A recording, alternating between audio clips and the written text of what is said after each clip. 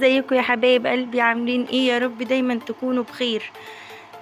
جيت لكم في فيديو جديد النهارده. الفيديو بص كله حماس. هو النهارده يوم السوق، ولكن كله تعب بصراحة، بس زي بعض كله يهون عشان خاطر الاولاد. وايه الاسعار دي يا جماعة؟ اسعار ما بقتش في الزمن اصلا. يعني ليه بس كده؟ ليه كيلو الطماطم ب35 جنيه وكيلو البطاطس ب30؟ مش معقول، يعني مش معقول. ايه اللي بيحصل ده؟ قولوا الاسعار عندكم يا جماعة. ايه اللي يعني الطماطم عندكم بكام والبطاطس والاسعار يعني اللي عندكم؟ قولوا لي كده، يعني اشوف كده هنا زي عندكم ولا لا. مش عارفة والله العظيم، الاسعار بقت غالية، يعني اسعار بقت فظيعة. ربنا يكون في عوننا يا رب، يكون في عون الابهات اللي بتشتغل وبتشقى على اولادهم. يلا نبدأ الفيديو بتاعنا. ولو لسه لو لسه بتتفرج على الفيديو جديد، واعملي لايك واشتركي في القناة ليوصلك كل جديد. انا بدأت كده في اول الفيديو بالحاجات اللي جبتها من السوق. جبت كده شوية حاجات للولاد، فاكهة يعني فاكهة والخضار بتاعي اللي انا عايزاه وكده. وهنجيب كده البطاية بتاعتي الحلوة دي ونبتدي نسلقها. غليت المية طبعا اول حاجة، وبعدين نزلت بالبطاية بعد ما نضفتها نظافة كويسة جدا بالملح والليمون. وبص خليتها قشطة بصراحة. بدأت بشرت طماطماية وبصلاية، وبعدين نزلت بالبطاية زي ما انتوا شايفين. وحطيت ملح ومرقة وفلفل اسمر. بس الكاميرا ما جابتش وانا بحط كده. بس انا بحب احط الملح والمرقه والفلفل في اول ما احط الفراخ او احط البط او احط اي حاجه ما عدا اللحمه بصراحه. ماشي، بيدي طعم كده ونكهه حلوه للحم نفسه بتاع البط او الفراخ. ماشي. انا بدات انا حطيتها وملحتها وسبتها على نار هاديه. فضلت مع نفسها كده لغايه ما بقت دايبة دوب بصراحة، كانت جميلة. انا استغليت الفرصة يعني وهي بتتسلق مسكت الملوخية ارتفتها، وبدأت كده ارتفها وبعدين غسلتها غسلة جميلة. هتشوفوا في الفيديو. ماشي. ارجوكم يا جماعة حطوا اللايك للفيديو. يعني الفيديو والله العظيم يعني اللايك مش بفلوس يا جماعة، اللايك مش بفلوس، بس شجعوني. عشان الايام اللي فاتت دي انا كنت مكسله انزل اي فيديو، وكنت بص هسيب القناه والله العظيم بسبب مفيش تفاعل خالص على القناه. يلا تعالوا اشربوا معايا كوبايه شاي جميله. انا بدات كده ارتف الملوخيه زي ما انتم شايفين، مش افتكاسه يعني، بس اللي هو هنشجع بعضينا. يعني اللي وراها حاجه تقوم تعملها، ولازم يعني نشوف مصالح بيتنا عايزه ايه وولادنا عايزين ايه. انا بنضف ورايا اول باول يا جماعه عشان خاطر تبقى الدنيا نظيفه. ماشي. اهو بدات. انا بحب اغسل الملوخيه بالطريقه دي. اجيب مصفى واجيب طبق فيه مي، وبعدين اروح منزله الملوخيه فيها واقعد اغسل فيها. بصراحه الملوخيه دي كانت نظيفه، يعني مش محتاجه غسيل كتير لان هي كانت نظيفه. في ملوخيه تانية بحس ان هي عايزه تتغسل كذا مره، وفعلا انا بعمل كده. طبعا انا فصلت الكاميرا بعد ما صفت من المية ونشفت. جبت كده الملوخية وبدأت اخرطها عندي زي ما انتوا شايفين. في ناس بتحط لها قرن فلفل وتوم. بصراحة التوم لما باجي اخرطه معاها بيبقى صحيح، يعني ما بركزت معاه قوي. لا، انا بخرط الملوخية عادي، وباجي لما بنزل في الشوربة الملوخية، يعني بحطها في الشوربة بحط معلقة توم مفرومين. بس ده زي ده عادي يعني. بدأت خلصت الملوخية وبدأت أبدأ في الرز وعملت بسلة كمان، بس للأسف ما صورتهاش معاكم في أول الفيديو. أنا كنت جايبة كيس بسلة، وكيس البسلة بقى ب40 جنيه. هو عشان مفهوش جزر يا جماعة ولا عشان خاطر بسلة بس؟ يعني انا سمعت الكيس البسلة السادة من غير جزر بتبقى اغلى. البسلة ام جزر بتبقى رخيصة شوية، بس للأسف ما لقيتش غير البسلة دي اللي هي من غير جزر بصراحة، والكيس ب40 جنيه، يعني مش عارفة ليه. يلا ما علينا. انا بصراحة جبت الكيس البسلة ولقيته سادة كده، رحت ايه مقطعة عليه بطاطساية، كان جميلة بصراحة والله، هتشوفوه في الفيديو.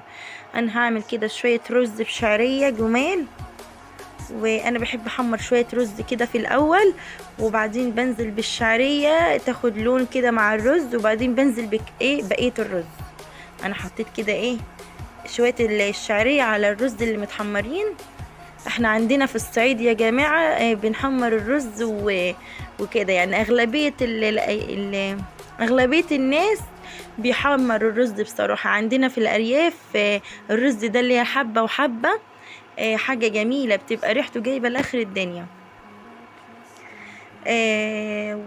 ومتهيألي يعني في القاهرة والاماكن دي بيحبوا اغلبية الرز بالشعرية او رز ابيض. بصراحة احنا عندنا في بيتنا بنحب الرز الابيض والرز ابو شعرية، احنا بنحب ال3 انواع، وطبعا الرز البسمتي، بس يعني مش هنعمل الرز البسمتي على طول يعني. ففي الطبيخ والخضار اللي زي كده بنعمل يا رز ابيض يا حبة وحبة يا شعرية عادي، يعني مش فارقة يعني وكده.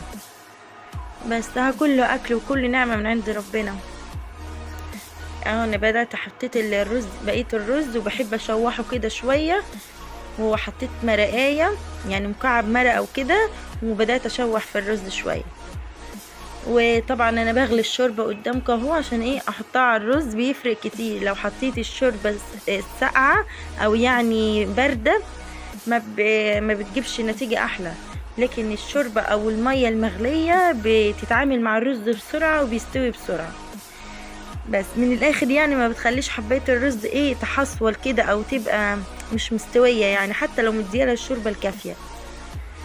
ماشي. انا بدات حطيت الشوربه وملحتها كويس، وسبت الرز يستوي، وطلع طعمه جميل بالشوربه بتاعه البط دي. ماشي. ودلوقتي بدات حمرت البصل برضو جنب الرز كده. انا بدات احمر في الرز وبدات احمر في البصل، وبعدين حطيت نص درق طماطم، وبدا يتسبك اهو الطماطم، وبدات احيقها، حطيت لها ملح وفلفل اسود ومكعب من المرقه. يا جماعه تقولوا لي المرقه ومش المرقه مش صحيه، بصراحه انا متعوده عليها قوي، ما بعرفش اكل غير بيها يعني، ونفسي ابطلها والله بس مش قادره. اهو كيس البسله ساده خالص. رحت انا في الوقت ده حطيت البسله، وبعدين في الوقت ده قطعت بطاطسايه كده صغيره ونزلت عليها في البسله. هنا بنتي اللي كانت بتقلب لي، انا ما كنتش شايفاها بصراحه، وده غلط على فكره. كنت واقفه يعني متلهيه كده وانا بقطع البطاطس، فما كنتش شايفاها. انا كنت سامعاها وهي بتتكلم بتقولي يا حبايب قلبي انا بطبخ مع ماما مش عارفه ايه. يعني هي جدعه والله، يعني شجعوها كده يا جماعه. يعني هي دلوقتي في سنه تانية. يلا عقبال اولادكم جميعا كده يا رب. انا كده جبت البطايه، جبت الصينيه عشان احط فيها البطايه، لقيتها صغيره، وبعدين غيرت الصينيه تاني وجبت البطايه بتاعتي دي الجميله. وبعدين انا بحب اعمل حاجه حلوه قوي على فكره، دي سهله وطعمها بيبقى خرافه.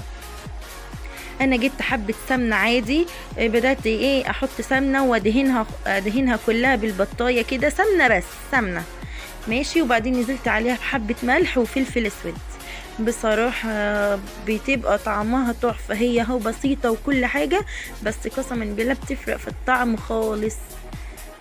انا بدات ارش عليها ملح وفلفل اسود، بصراحه بتبقى طعمها جميل يا جماعه، جربوها. حبه سمن وفلفل اسود وملح، وبعدين حطيتها في الفرن على الشوايه، خدت لون وكانت طعمها تحفه والله، ما تستاهلش غير بقك يا جماعه. وهي في الفرن كده والبسله بتستوي والرز طبعا استوى وطفيت عليه، اقطع طبق سلطه كده حلو. لو هتصدقوني كده يا جماعه، انا ما بحبش السلطه ليه مش عارفه، يعني ممكن اكلها لو بخضره زي كده، او اسمها كزبره خضراء يعني كده، ممكن اكلها.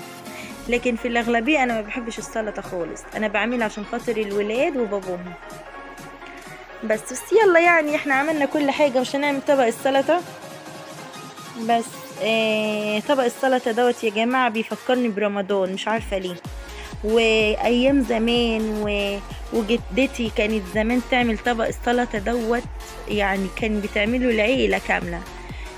انا لما باجي اعمل طبق السلطه ده بصراحه بتيجي على بالي ست وكده يعني.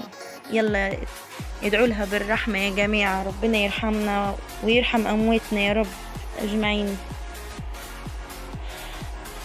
يلا يا رب الفيديو يعجبكم يا حبايب قلبي، ولو وصلتوا لغايه هنا ما تنسوش تحطوا اللايك لحبيبتكم اختكم ام مروان، حطوا اللايك واشتركوا في القناه وشجعوني كده يا جماعه عشان اكمل معاكم. يلا انا عايزين ايه نفضل عيله واحده كده وفي ايد واحده يعني. بصراحة يعني والله أنا ببقى مكسلة، بقول يعني أنا بعمل الفيديوهات وبتعب عليها ولكن ما بشوفش حاجة، يعني ما لا لايك ولا اشتراك ولا مشاهدات. طب بصراحة والله أنا أحبطت في أول البداية كده، بس يلا شجعوني. أنا قلت لا حبايبي قدها هيوصلوني اللي أنا عايزاه إن شاء الله إن شاء الله. ايه رأيكم في طبق السلطة ده؟ وعصرت كده عليه ليمونه، لو عندي خل كنت حطيت بصراحه بس خلص. يلا هنشتري ازازه بعد كده. بدات اغلي الشوربه برضو عشان نعمل حبه الملوخيه. بصراحه انا بعمل الملوخيه في اخر الاكل، اخر الطبخه كده بحب اعمل الملوخيه عشان تبقى سخنه. لو قعدت الملوخيه يا جماعه بصراحه ما باكلهاش، مش عارفه ليه، حتى لو لسه طبخاها وقعدت يعني شويه وكده، لا ما بحبش انا كده. بحب اعمل الملوخيه في اخر الاكل لما يكون الاولاد كلهم جاهزين وقاعدين يعني وكده، انا بعمل الملوخيه على طول وبعدين بغرفها بس. بحس بطعمها كده وهي لسه نازله على النار بتبقى حاجه تانية. يلا اللي زي يقول لي في الكومنتات. انا حطيت حبه سمن وشوحت الثوم اهو مع حبه كزبره ناشفه، بتدي طعم خرافة بصراحة للملوخية. يا رب الفيديو النهاردة يعجبكم يا حبايب قلبي، وقولوا لي لو في اي حاجة في الفيديو مثلا ما عجبتكوش ولا اي حاجة قولوا لي في الكومنتات ماشي. يلا ايه رأيكم في الطشة دي؟ الله على كده، الله على الجمال. والله في ناس كده في بالي انا عايزة اكلهم الاكلة دي، هم عارفين هم مين وبيتفرجوا عليا. هقول يا جماعة اكيد بابا وماما يعني، انا عايزه اقدم لهم الاكله دي والله العظيم. يلا ايه رايكم؟ بصوا شايفين البطايه دايبه دوب، اقسم بالله كانت دايبه دوب بصراحه.